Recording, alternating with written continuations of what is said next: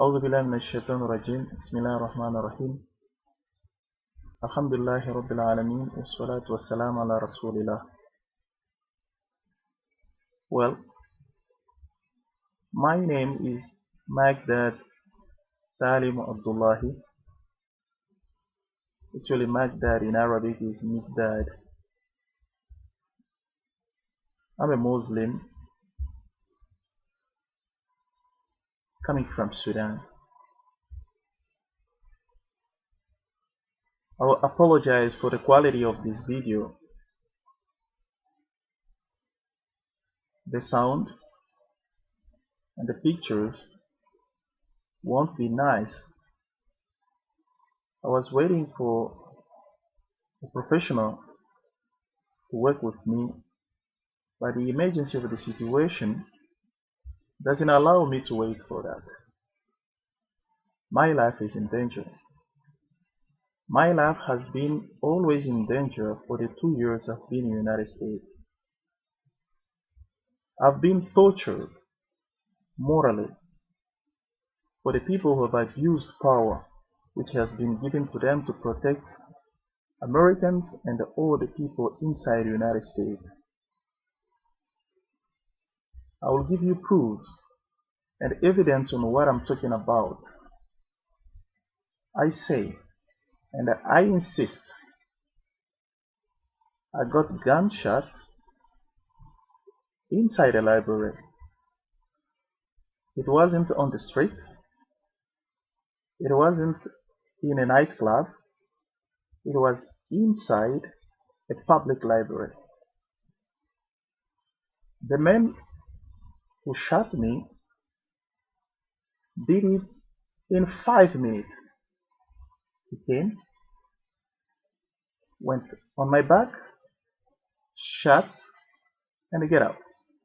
He was sent to fulfill a mission. That's what he did. What I'm talking about, as I said, I'll be repeating, going forward, going backward, to everything I remember of my life.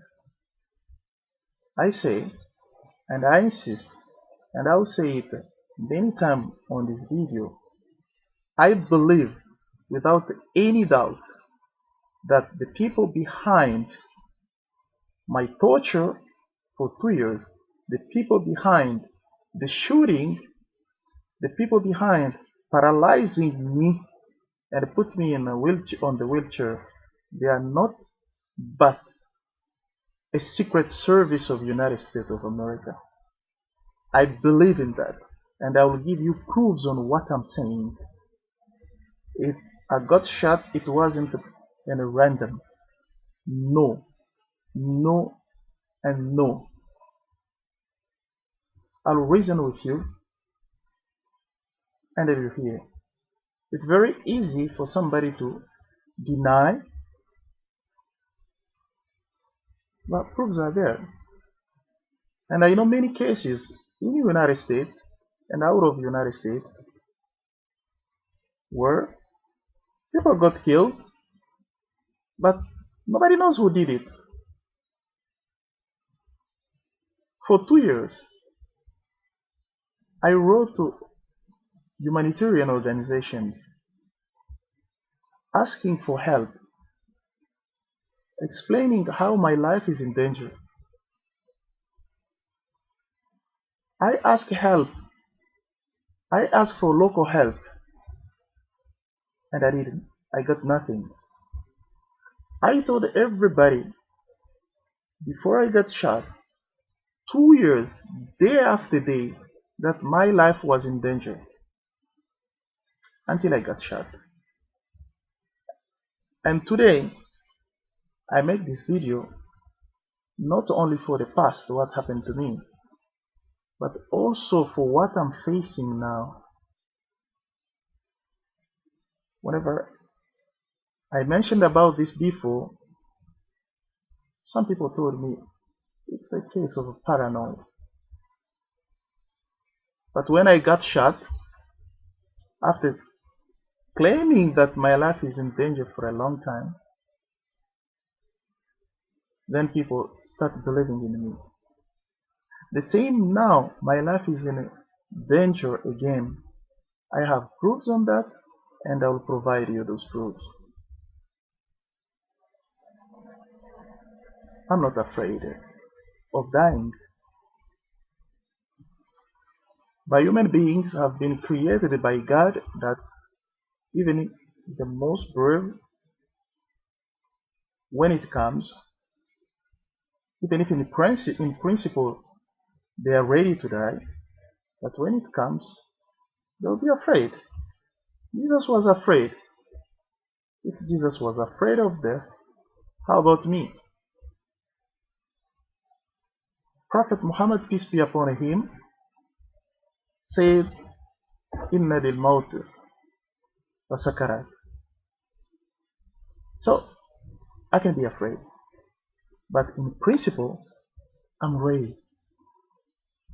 This video, it's about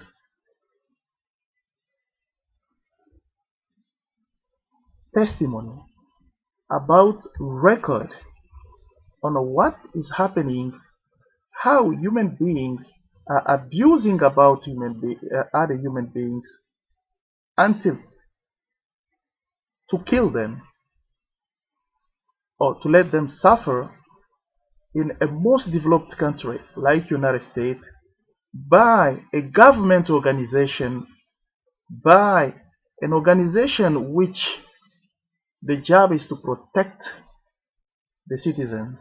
The job is to protect all the people inside the United States and to bring to law those who has gone against the law. My case is people are trying to put me aside, to kill me, and to keep it a secret. That not even humanity should know that there is a person who has been killed. It has to go unknown by educated people in the United States, government organization. This video is for everybody. As I said, I have a message to American people. I have a message to Muslim nation, and I have a message to the world.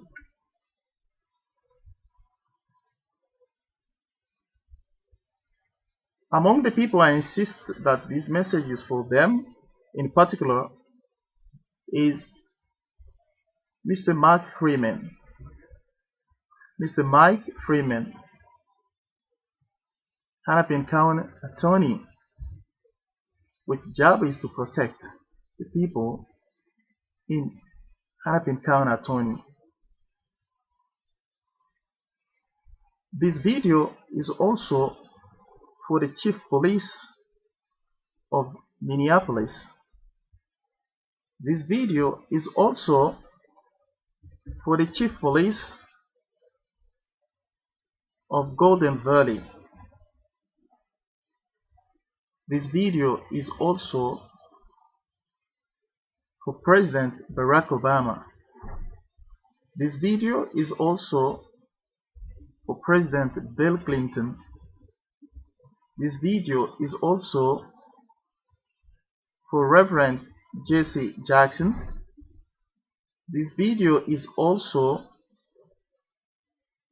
for Reverend Al Sharpton and all the social activists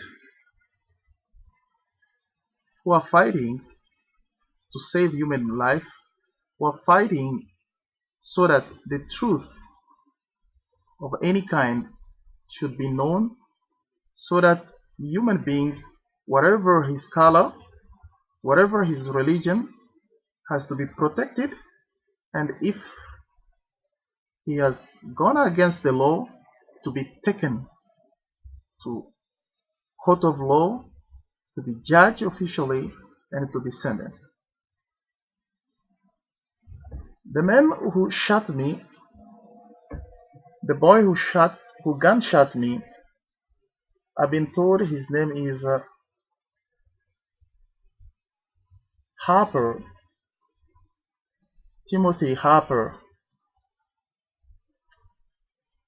Let me start by him.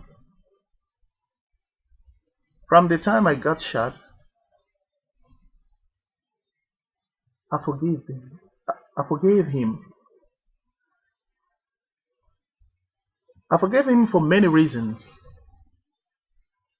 The first reason, that I was sure that I would die, and I didn't like to die having something in my head against somebody.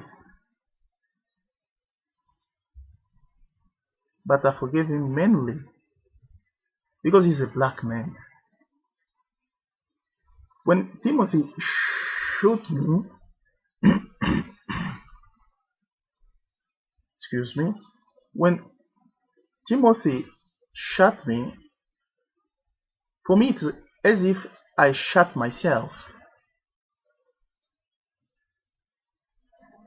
I'm not a racist, but black people, they mean a lot for me.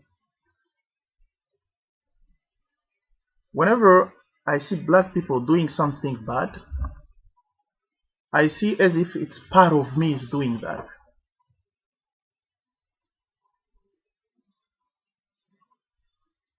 When I got shot, I didn't cry.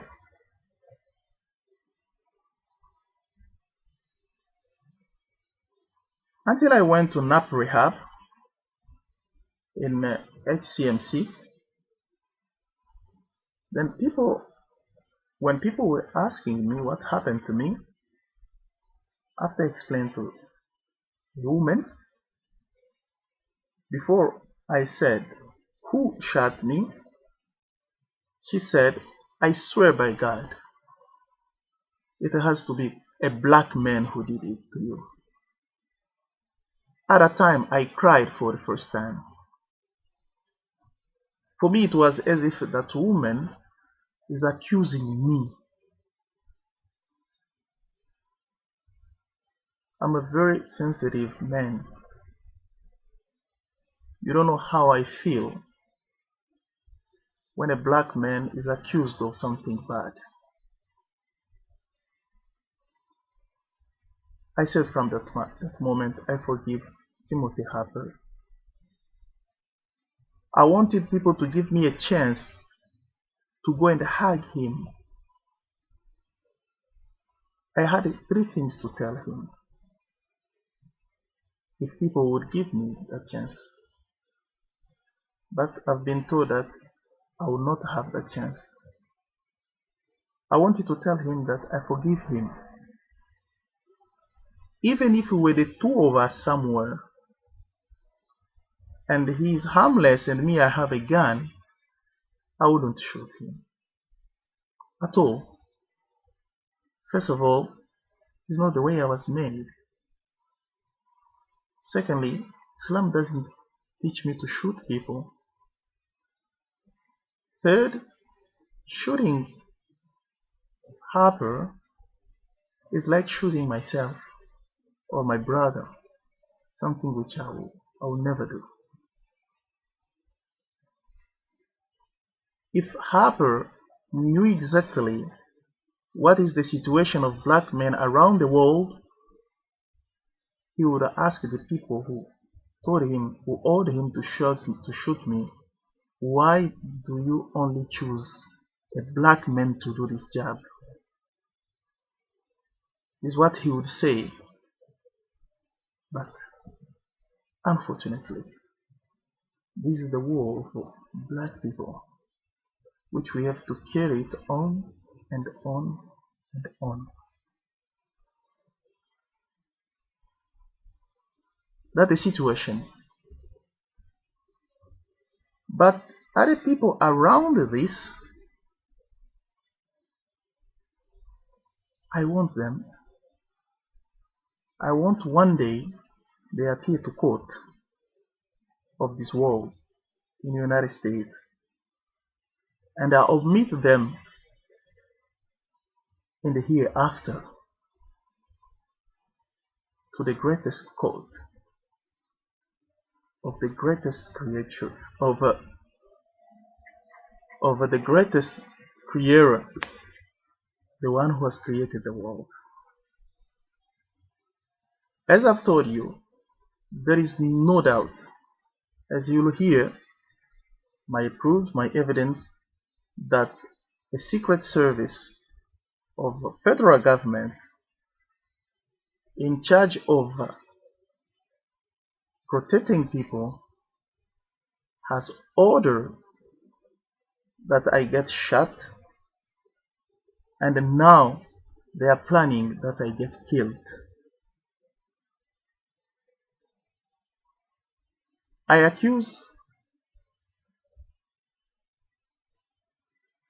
4 people mainly in what is happening to me now. The first person I accuse is an Ethiopian woman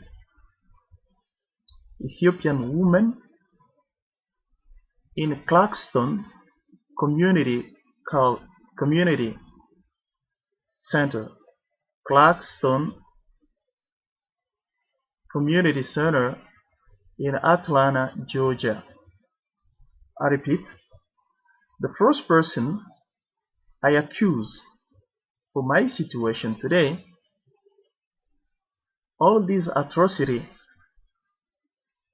until to put me on the wheelchair, to paralyze me for the rest of my life, the first person in charge of this, who has made this to happen, it's a woman, Ethiopian woman in Clarkston Community Center in Atlanta, Georgia. The second person that I accuse is a Southern Sudanese woman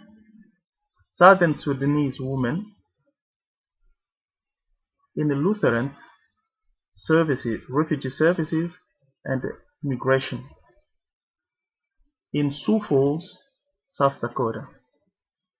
The second person I accuse is a Southern Sudanese, a woman. She works in Lutheran refugee services and immigration in Sioux Falls, South Dakota. The third man I accuse for this case is an Eritrean, a man from Eritrea. He works in a Lutheran social refugee services and immigration in Sioux Falls, South Dakota.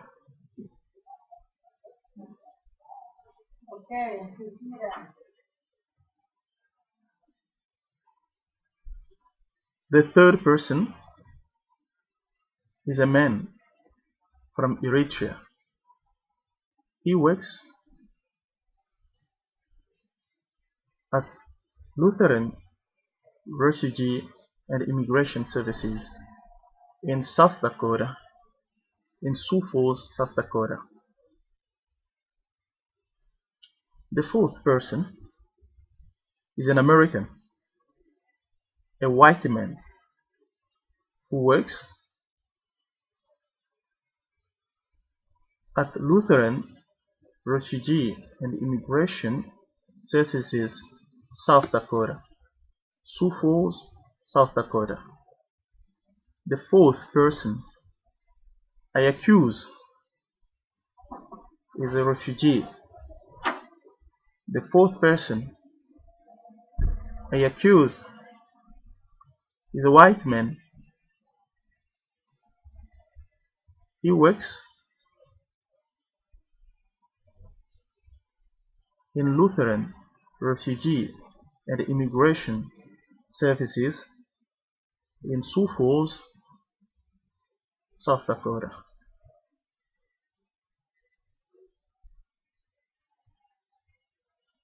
What am I accused for? And how did I know that?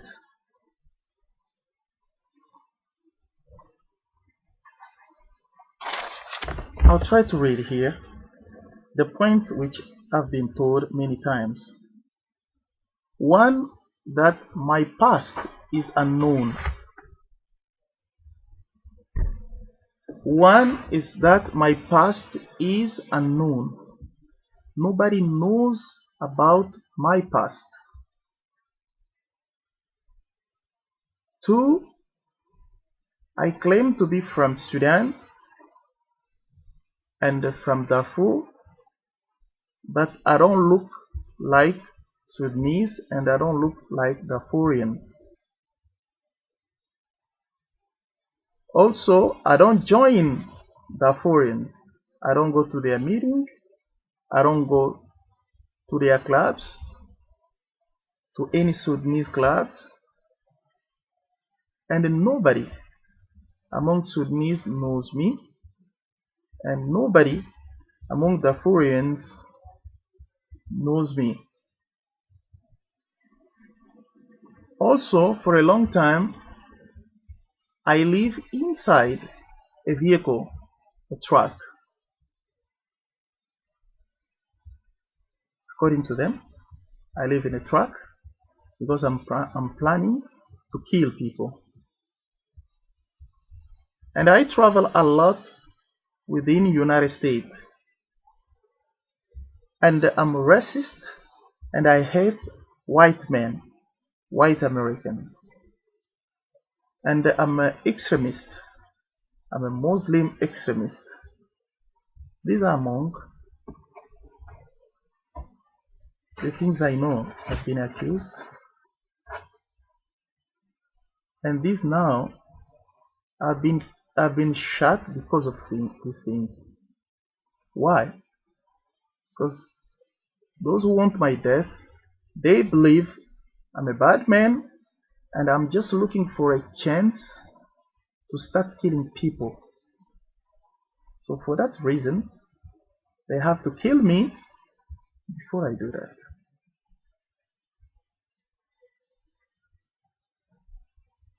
Here, this case, I'm talking to Americans inside the United States, the best country in the world, the sophisticated country in the world,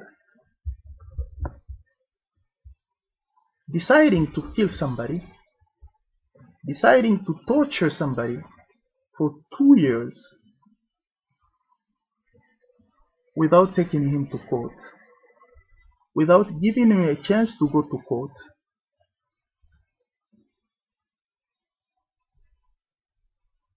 Americans, I want you to know from the beginning,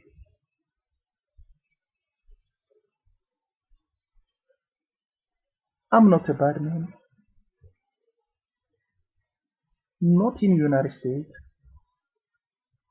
not somewhere out of the United States, not once in my life I've even thought of harming somebody. It's very regrettable that in a great country like this, there are still people who think this just because I'm a Muslim. So I assure you that since I'm in the United States, I haven't killed even a small beast. You understand what I mean? I said, if there is an explosion in Washington, God forbid, and it happens that there are just 3 suspects, President Obama, Governor Romney, and me, and the police comes and they just have 2 handcuffs. I swear by God, and I repeat it again, it's better they cuff. It's better they handcuff President Obama and Governor Romney.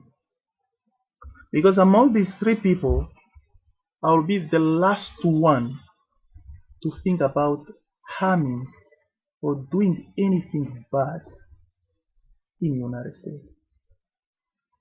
But not only United States. Even if today I become an American, for the love of my country, that America wants me to go to kill or to destroy a big enemy of America, I wouldn't do that. I wouldn't do that. Even if my mom, somebody raped her, and I get a chance of killing that person, I won't do that. One, because I wasn't born like that. I swear by God, believe it or not, I've never touched a gun in my hand. I've never touched, not used, just to touch a gun in my hand for all my life.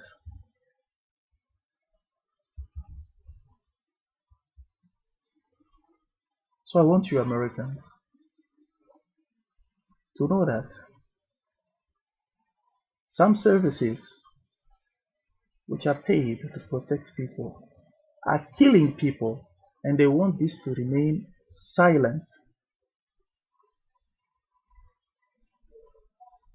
The second thing I want people to know from the beginning is that I'm a Muslim. I like Allah. I love Allah. I love Prophet Muhammad. I love Islam more than anything else in this world. But I don't believe that being a good Muslim means being a bad one. I will show you how many times I've been friends of Americans, how many times I've protected Americans, how many times I've protected French people, how many times I protected people from Western countries.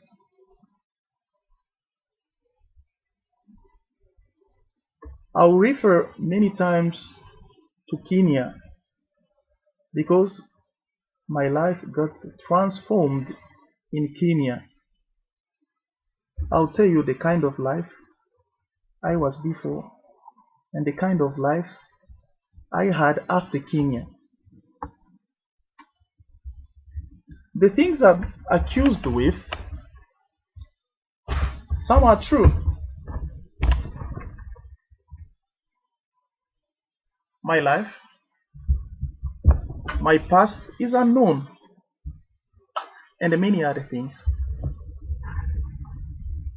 But what the reason? What the reason behind that?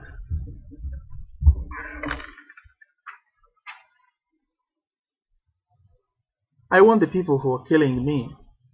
I want the people who send people to put a bullet in my spinal cord and choose that the spinal cord intentionally to understand I'm a Muslim. In Islam, there is nothing like a jury show. In Islam, there is nothing like Mori show. If I kept my past secret, it means that there are dirty things in that past which I didn't like my children to hear about. Because now I'm gonna tell you everything about me, and I'll show you how you can confirm it, how the whole world can confirm it. CIA can confirm this even in one day. They can confirm all the information I'll give you. If I didn't like to mention all these things, is that I've got children. I love those children very much. And whatever I will say about me, it will affect them, and it will affect them badly. Second, it's not my job to stand somewhere and start telling everybody or calling, oh, you Secret Service. You have to understand that I'm like this, this, this. It's for them to investigate. I'm sure if these people respected me and they would give CIA just information of me, they would confirm who I am in one day. In one day. So let me start speaking about myself and why I hide that.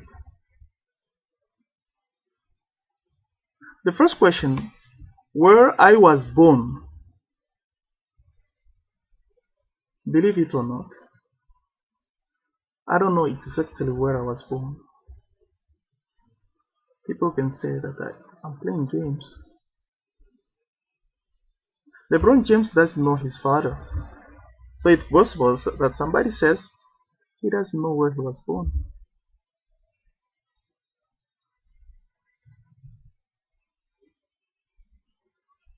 It was when I was in high school, the last year, before going to university, to college, then I wrote to the person I used to call mom.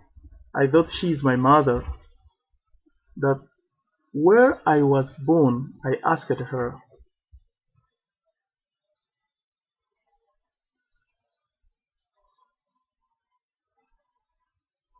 This is what she told me. For the first time in my life, when I was 19, then she replied. She sent me a letter saying, you were born in Bomi Hills in Liberia. The person who told me this is still alive. I will give you all the address, how you'll find that woman who told me that I was born in Bomi Hills in Liberia. And you will ask her many times why she said that. But this stuff, where was I when I was told that? I was in Zaire, called actually the Democratic Republic of Congo, a town called Kindu, in a province or state called Maniema. This is where I grew up. In all my documents, it was written born in Kindu. And the two people were presented to me as this is my father and this is my mom. But you will understand that today I don't have proof that one of them is my real parent. Before I continue with these things, to somebody like me who loves Islam very much than anything else, do you know the impact of this to my children? Since they were born, they know that they are Sudanese. Okay? Now, if somebody told that there is a video of your father in YouTube that he is not Sudanese, do you know the impact of that?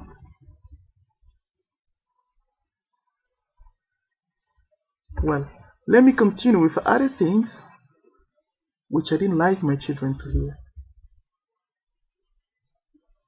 What I'm telling you today, none of my wives has known this. I've been married to my first wife for 9 years.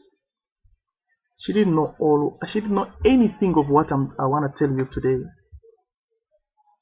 My second wife neither knows nothing of what I'm telling you today. Today is the first day I spoke about my fast. For a non-Muslim, it is not a problem. But for a Muslim, this is dirty.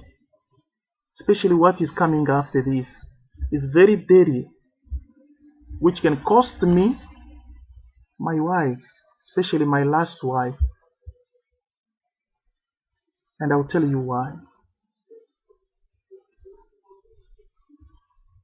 All my document, it was written that I was born in Kindu, Democratic Republic of Congo.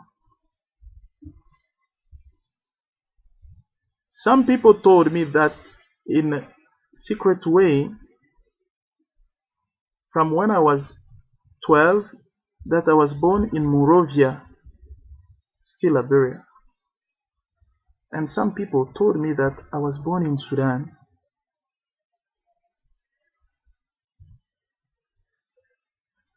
Just imagine, I've got 4 places where one of them may be my place where I've born. Do you want me to tell my kids all this? Do you want my kids to know all this? The one I called mom told me where I was born when I was 19. People, because this woman left me there and she went to Kinshasa while I was in Kindu, Democratic Republic of Congo.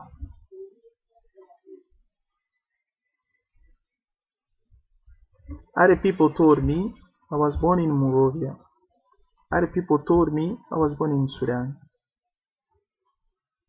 Before I have proofs that I was born in Sudan and I'm likely to be Sudanese, how have I leaned at the side of Sudan?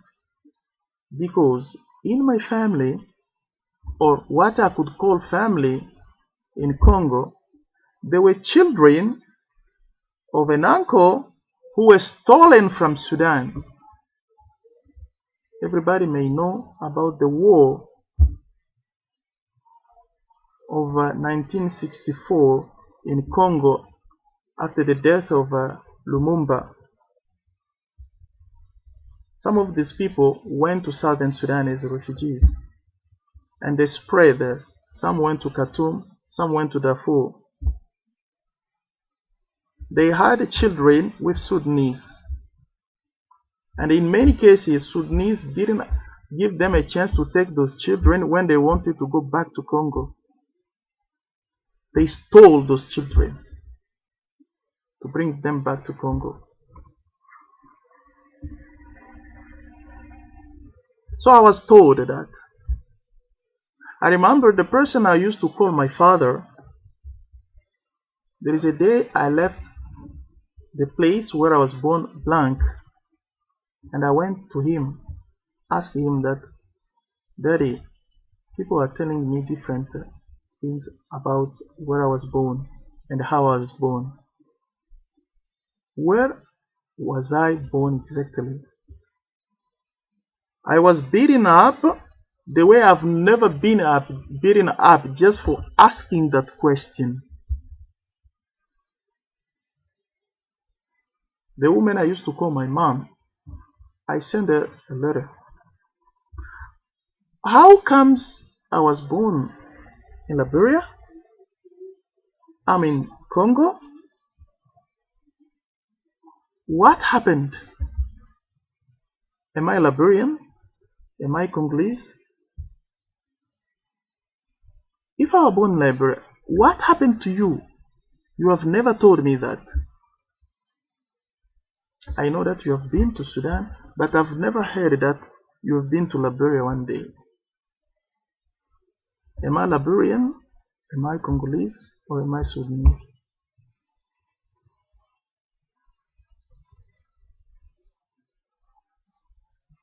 As you know, in Congo, especially in that region of Baswahili, And a child is not allowed to go in the private life of his mom. All the questions I asked her after that, she didn't answer. She got mad with me. Even when I graduated from high school and I went for further studies in Kinshasa, I asked her again those questions. How comes I'm in Congo and you are telling me that I was born in Liberia? I've never had an answer. What confirmed this in my life? That the woman I used to call aunt, the sister of the man I used to call father, had 4 children, 2 boys and 2 girls. All of us knew that she was married to somebody, and we knew that he is the father of the 4 children. But when he decided to go away, he took 2 children only, and he said, "These are my children, the rest are not." So I live in a family where there are daily things like this. In many cases, it happened, not only this one, not only the second one, many cases which I will not go through this until I get a chance of interviewing any channel or any TV. There are many cases, and I will give you proof to go how to confirm it in Kindu and in Kinshasa, in the Republic Democratic of Congo. So since there were a lot of daily things like that, should I just believe that I'm from Congo, whereas there are a lot of proofs saying that I'm not from there? You want me to tell my children that I don't know where I was born? I think I'm a little bit Liberian, maybe I'm Sudanese, maybe I'm Congolese, maybe I'm Tanzanian, because you'll find in my talk that Tanzania is also involved in this. Let's talk a little bit about my father and my mom, or the 2 people I used to consider that this is my father and this is my mom. The mother, my father's mother, got married to a white man at the time of colonization in Africa. But my grandma brought 2 children, both 2 children in the house of the white man, and all of them they were black. Just imagine, my grandma reached the level they call in French évolué.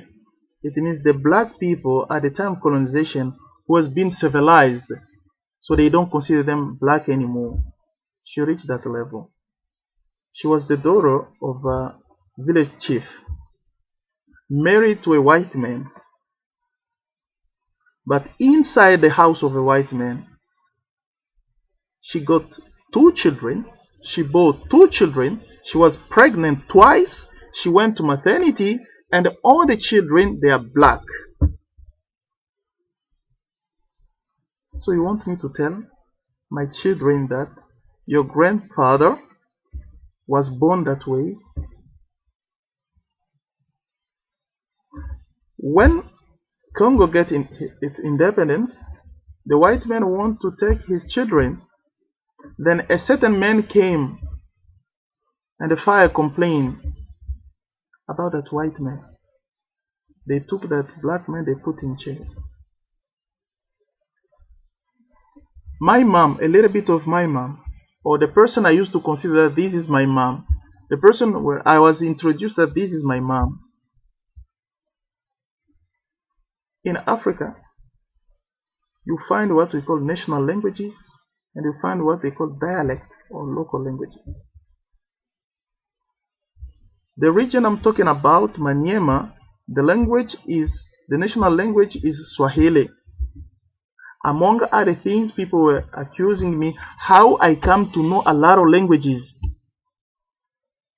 So, Swahili, French, Lingala, they were for me because I was born, or I was told I was born, or I was there from I was very young where Swahili is spoken, in a country where Lingala is spoken in another region.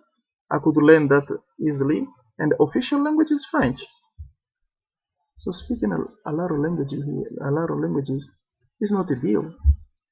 And I know people in this world who speak more languages than I do, but they have never been accused of bad people. For one reason, they are not Muslims.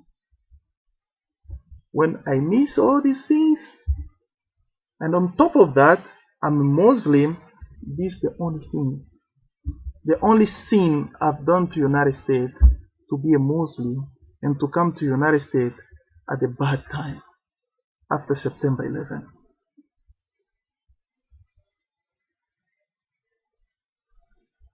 I will mention this again and again. Believe me, guys. I've never watched the Rwanda genocide. I've never watched a Rwanda genocide. I refuse to watch. About September 11, I've seen pictures as the second plane is going to the building, but I refuse to watch what was on the ground, the way people were killed.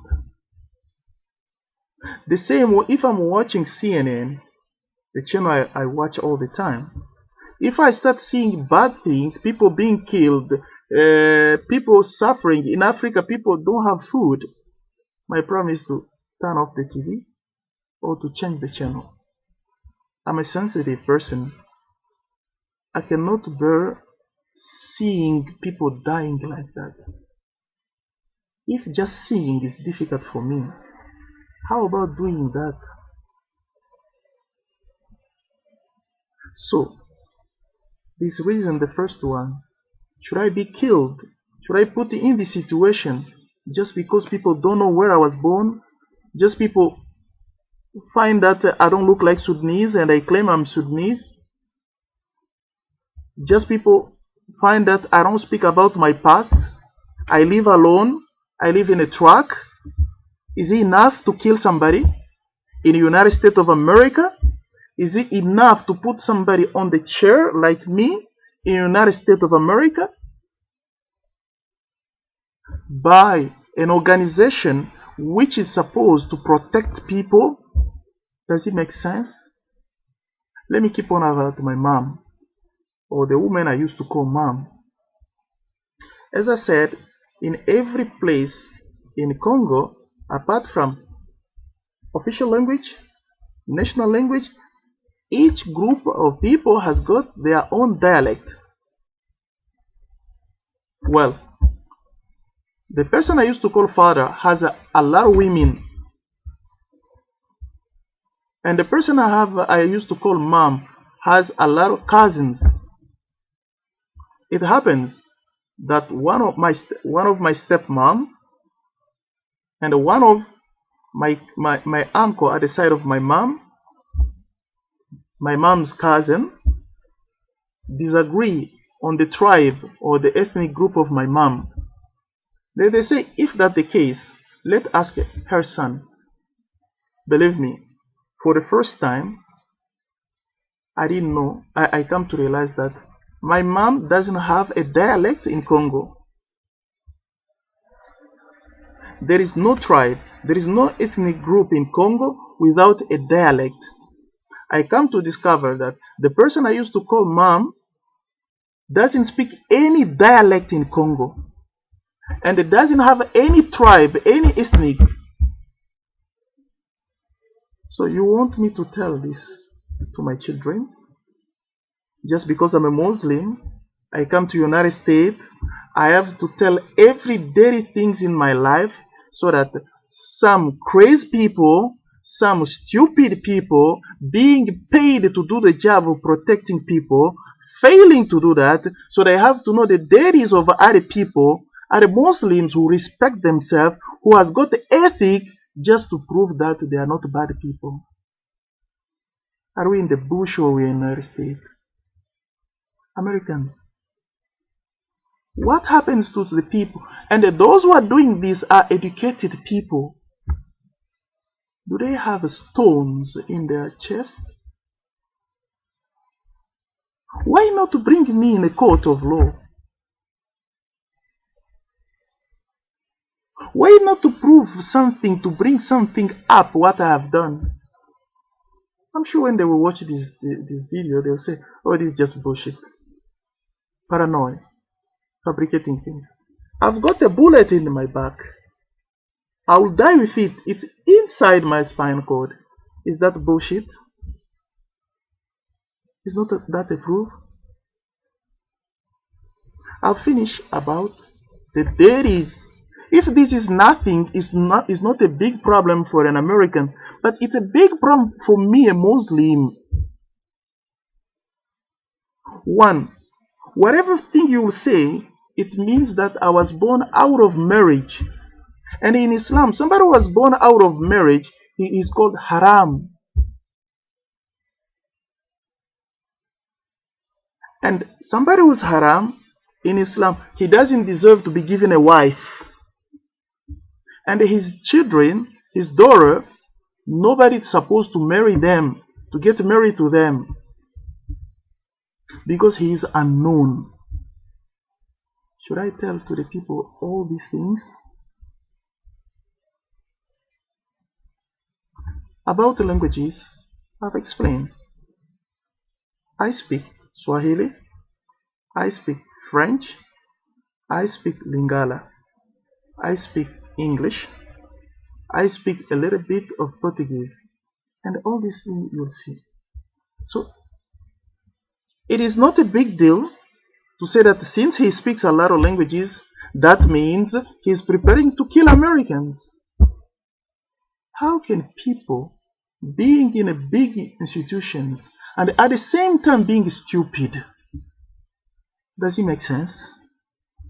In the United States of America, to kill somebody for nothing, to plan killing somebody for nothing. Now, I've also been accused that I move a lot. It's only because I'm trying to find a place to kill people. Many people at the same time. I love traveling, guys.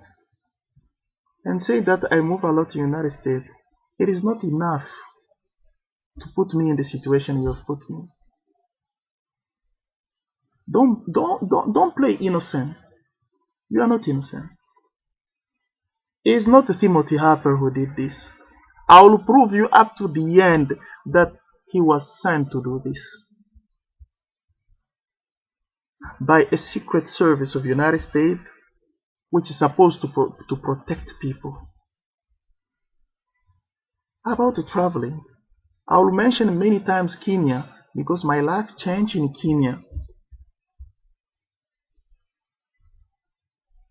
Inside Zaire or inside Congo, I've moved almost everywhere. Why? Because I like traveling. Can somebody tell me that when I was in Zaire, I move all around just because I want to kill Americans? In Africa, I've traveled. I've been to more than 10 countries. So all this time, I was just moving around to find a chance of killing Americans?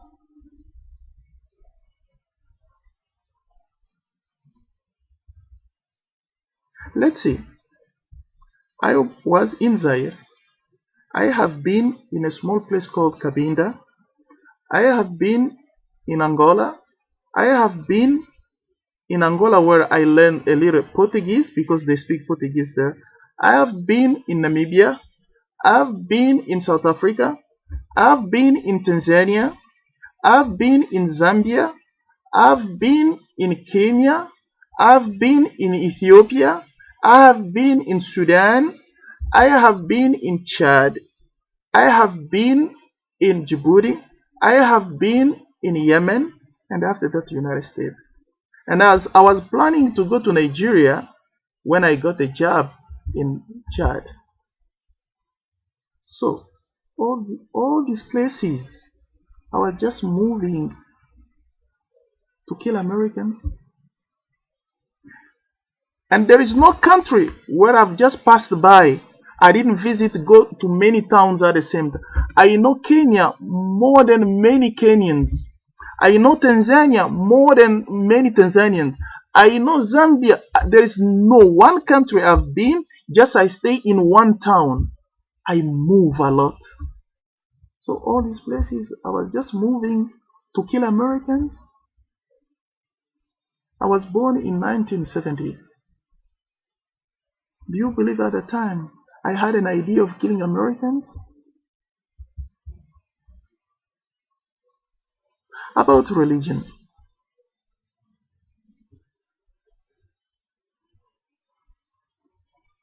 I was raised by the priest. I think if I came to the United States and I said that I'm a Christian, all the rest of the things, nobody will consider them. All the things came just because I say I'm a Muslim and I love my religion and I'm not ready to change. I've been raised by the priest.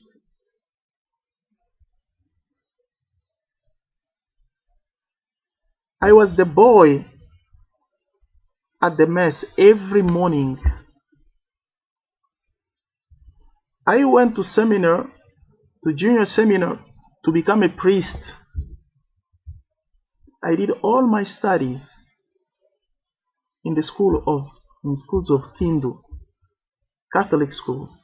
The elementary school, I went to a school called Twendeleye. Anybody in Kindu can confirm that. CIA can confirm that.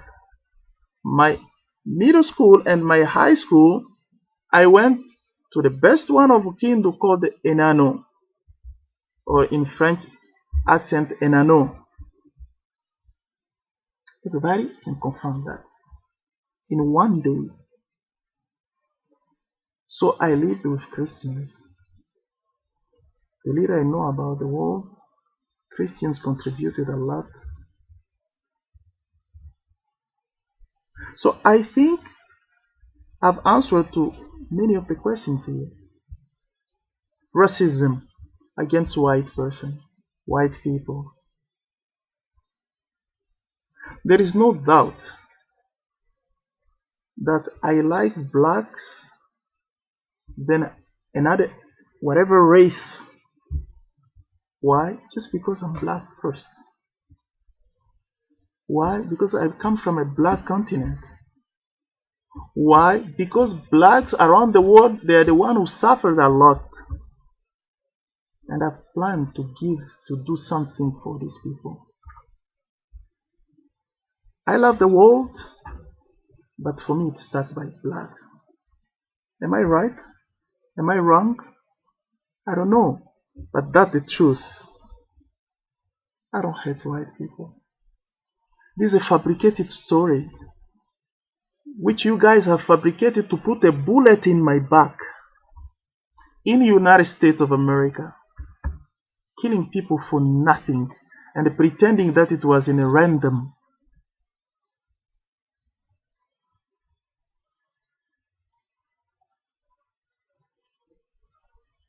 Living in a truck. I lived in a truck